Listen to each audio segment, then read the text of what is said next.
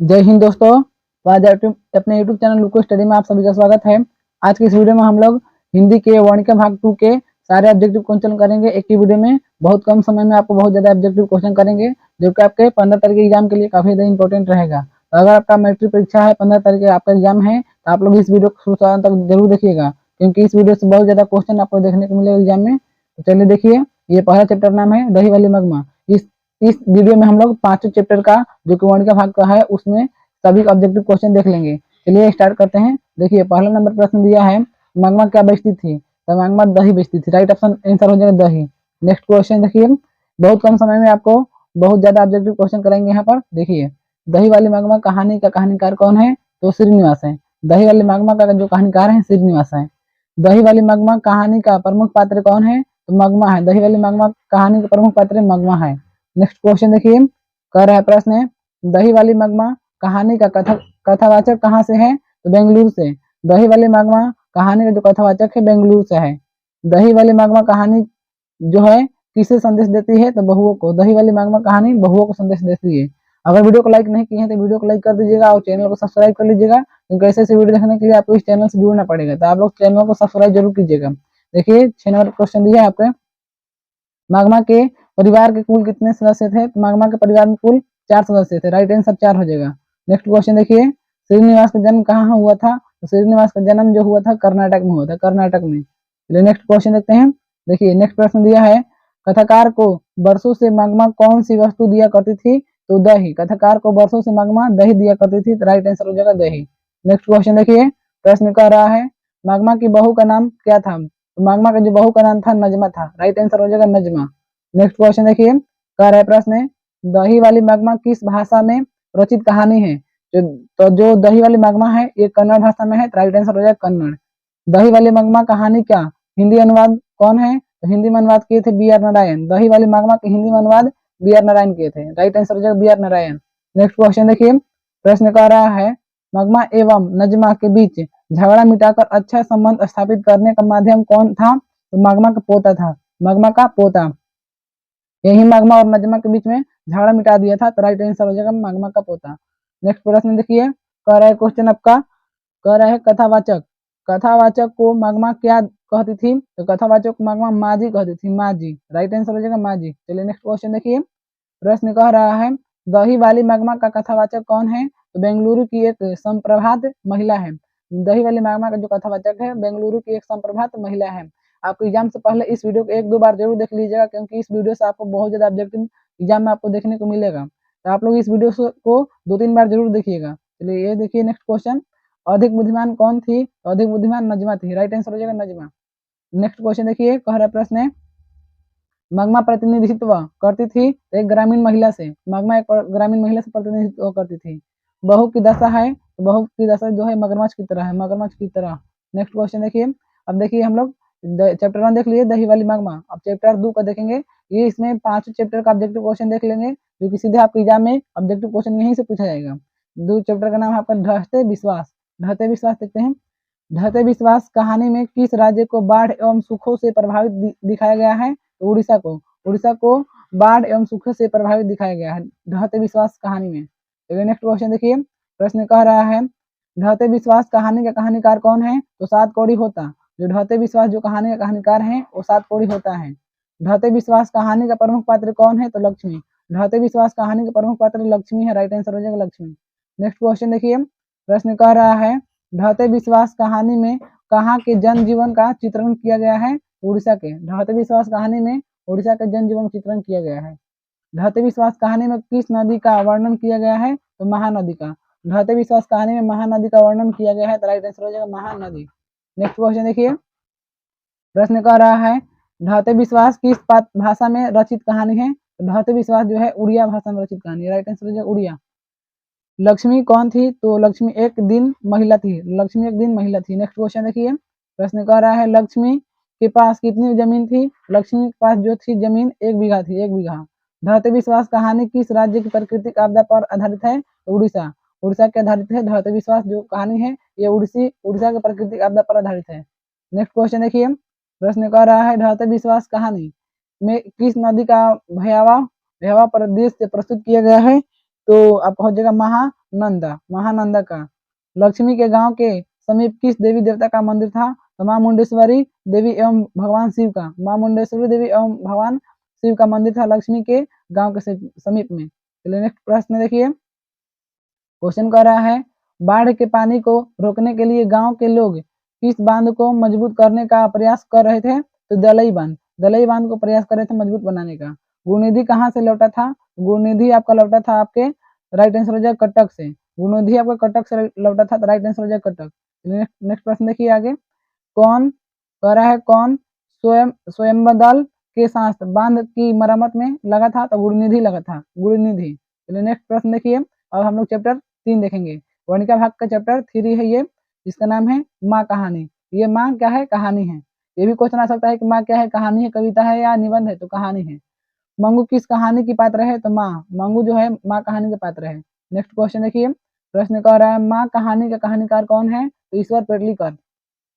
जो माँ कहानी का कहानीकार है ईश्वर पेटलीकर है, तो राइट आंसर हो जाएगा ईश्वर पेटलीकर। माँ कहानी में किसकी ममता का वर्णन किया गया है? तो माँ का। माँ कहानी में माँ की ममता का वर्णन किया गया है। चलिए नेक्स्ट क्वेश्चन देखिए, प्रश्न कह रहा है माँ कहानी का प्रमुख पात्र कौन है? तो मंगू। माँ कहानी का प्रमुख पात्र मंगू है। मंगू कैसी लड़की थी? तो पागल। मंगू एक पागल लड़की थी। नेक्स्ट क्वेश्चन देखिए, माँ किस भाषा में रचित कहानी है? तो गुजराती। माँ कहानी जो है रचित है वो गुजराती भाषा में है। ईश्वर पेटलीकर की रचना है तो खून की सगाई। खून की सगाई किसकी रचना है? तो ईश्वर पेटलीकर की है। नेक्स्ट प्रश्न देखिए, क्वेश्चन कर रहा है माँ कहानी किन के द्वारा लिखा गया है? तो ईश्वर पेटलीकर के द्वारा लिखा गया है माँ कहानी। माँ कहानी में कौन पागल था? तो मंगू। माँ कहानी में मंगू पागल था। चलिए नेक्स्ट क्वेश्चन देखिए, प्रश्न कर रहा है किसके पागलपन में सुधार देख लोग मंगू की माँ को अस्पताल जाने की सलाह दे रहे थे? तो कुसुम के पागलपन में सुधार को देखकर। राइट आंसर हो जाएगा कुसुम के पागलपन। मंगू की उम्र कितनी थी? तो मंगू की उम्र 12 वर्ष थी। राइट आंसर हो जाएगा 12 वर्ष। नेक्स्ट क्वेश्चन देखिए, मंगू की माँ को कितने पुत्र थे? तो 2। मंगू की माँ के 2 पुत्र थे। मंगू जिस अस्पताल में भर्ती होती है वहाँ के कर्मचारी हैं व्यवहार कुशल। मंगू जिस अस्पताल में भर्ती होती है वहाँ के कर्मचारी व्यवहार कुशल है। राइट आंसर हो जाएगा व्यवहार कुशल। नेक्स्ट प्रश्न देखिए, यहाँ पर क्वेश्चन कर रहे हैं आपके कहानी का प्रधान पात्र है, कहानी के जो प्रधान पात्र है वो माँ है। राइट आंसर हो जाएगा माँ। नेक्स्ट क्वेश्चन देखिए, प्रश्न कह रहा है इस तरह पागल पुत्री को तो एक माँ ही पाल सकती है, यह किसकी भक्ति है? तो समाज के लोगों की भक्ति है, समाज की लोगों की। मंगू को पागलपन का रोग कब से था? तो जन्मजात, यानी कि जन्म से मंगू पागल थी। राइट आंसर हो जाएगा जन्मजात। नेक्स्ट क्वेश्चन देखिए, प्रश्न कर रहा है मांझी के मंगू को अस्पताल में भर्ती कराने के बाद क्या परिवर्तन हुआ? यानी माँ जी में जो मंगू जब अस्पताल में भर्ती हो गई तो अब माँ जी के अंदर क्या परिवर्तन हुआ? तो वह भी पागल हो गई, यानी कि माँ जी पागल हो गई। राइट आंसर हो जाएगा वह भी पागल हो गई। नेक्स्ट प्रश्न देखिए, अब हम लोग देखेंगे अब चैप्टर 4। देखिए हम लोग बहुत कम समय में बहुत ज्यादा इंपॉर्टेंट क्वेश्चन देख रहे हैं जो कि आपके सीधे बिहार बोर्ड एग्जाम में पूछने वाला है, जो कि 15 तारीख का आपका एग्जाम होने वाला है। आप लोग इस वीडियो को जरूर देखिएगा। देखिए चैप्टर 4 नाम है नगर कहानी। नगर क्या है? कहानी है। पापाती किस रोग से ग्रसित थी? तो पापाती मेनिंजाइटिस से ग्रसित थी। राइट आंसर हो जाएगा मेनिंजाइटिस। नेक्स्ट क्वेश्चन देखिए, कह रहा है प्रश्न नगर कहानी का कहानीकार कौन है? तो सुजाता। नगर कहानी का कहानीकार सुजाता है। नगर कहानी का प्रमुख पात्र कौन है? तो पापाती। नगर कहानी का प्रमुख पात्र आपके पापाती है। चलिए नेक्स्ट क्वेश्चन देखते हैं। देखिए नेक्स्ट प्रश्न दिया है नगर कहानी में किस नगर का वर्णन किया गया है? तो मदुरई का। नगर कहानी में मदुरई का वर्णन किया गया है, तो राइट आंसर हो जाएगा मदुरई। बलील अमाल की पुत्री कौन थी? तो बलील अमाल की पुत्री पापाती थी, पापाती। बलील अमाल की पुत्री कौन थी? पापाती। नेक्स्ट क्वेश्चन देखिए, अब देखते हैं नेक्स्ट प्रश्न है सुजाता का वास्तविक नाम क्या है? सुजाता का वास्तविक नाम है एस रंगराजन। राइट आंसर हो जाएगा एस रंगराजन। सुजाता का जन्म कहाँ हुआ? तो तमिलनाडु में। सुजाता का जो जन्म हुआ था तमिलनाडु में हुआ था, तो राइट आंसर हो जाएगा तमिलनाडु। नेक्स्ट क्वेश्चन देखिए, प्रश्न कह रहा है सुजाता की लगभग कितनी कृतियां प्रकाशित हो चुकी है? तो 25 से अधिक। सुजाता की लगभग 25 से अधिक कृतियां प्रकाशित हो चुकी है। अगर आप सभी का इन सब क्वेश्चन का पीडीएफ चाहिए तो आप लोग कमेंट कर सकते हैं। कमेंट जिसको जिसको चाहिए वो कमेंट कीजिए। कौन किसको किसको इस सब क्वेश्चन का पीडीएफ चाहिए तो वो कमेंट हम आप लोग को दे देंगे। नेक्स्ट क्वेश्चन देखिए, यहाँ पर दिया है प्रश्न नगर कहानी किस रचना से संकलित है? तो आधुनिक तमिल कहानियों से। आधुनिक तमिल कहानियों से नगर कहानी संकलित है। के ए जमुना द्वारा अनुदित रचना है तो नगर। के जमुना किसको लिखे? तो नगर को। नेक्स्ट क्वेश्चन देखिए, हम लोग देखते हैं अगले नेक्स्ट प्रश्न। क्वेश्चन कर रहा है नगर कहानी में संदेश दिया गया है तो नारियों को शिक्षित होने का आवश्यक है। यही संदेश दिया गया है, यानी कि नारियों को शिक्षित होने का आवश्यक है। पापयाती कौन थी? पापयाती जो थी बलील अमाल की पुत्री थी, बलील अमाल की पुत्री। नेक्स्ट क्वेश्चन देखिए, प्रश्न कह रहा है पापाती अस्पताल में भर्ती क्यों नहीं हो पाई? तो बलील अमाल की अशिक्षा के कारण, बलील अमाल की अशिक्षा के कारण पापाती अस्पताल में भर्ती नहीं हो पाई। चलिए नेक्स्ट क्वेश्चन देखते हैं। देखिए नेक्स्ट प्रश्न दिया है, बड़े डॉक्टर साहब पापाती के संदर्भ में, बड़े डॉक्टर साहब पापाती के संदर्भ में क्या आदेश किए थे? तो अस्पताल में भर्ती करने हेतु, अस्पताल में भर्ती करने के लिए बड़े डॉक्टर बोले थे पापाती को। चलिए अब हम लोग देखते हैं, अब नेक्स्ट चैप्टर देखते हैं जो कि चैप्टर 5 है और यह वर्णिका भाग का अंतिम चैप्टर है। देखिए अगर आप लोग वीडियो को लाइक नहीं किए तो वीडियो को लाइक जरूर कर दीजिएगा और चैनल से जुड़ जाइएगा, क्योंकि चैनल से जुड़िएगा तो आपका ही फायदा बहुत ज्यादा होगा।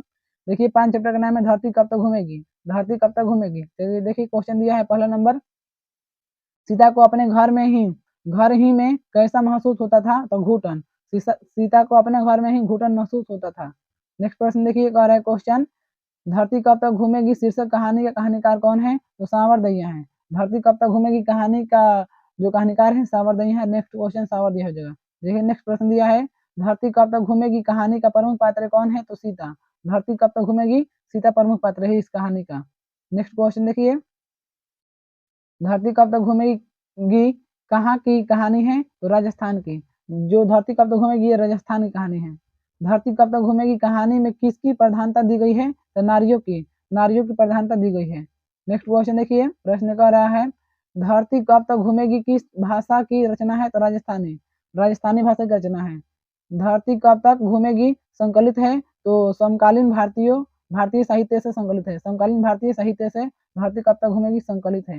नेक्स्ट क्वेश्चन देखिए, सीता घर छोड़कर क्यों चली गई? तो 50-50 रुपए देने की बात को सुनकर, 50-50 रुपए देने की बात को सुनकर सीता घर को अपने छोड़कर चली गई। सीता को कितने पुत्र थे? तो 3, सीता को 3 पुत्र थे। नेक्स्ट क्वेश्चन देखिए, प्रश्न कह रहा है, सीता के बड़े लड़के का नाम था? तो कैलाश, सीता के बड़े लड़के का नाम कैलाश था।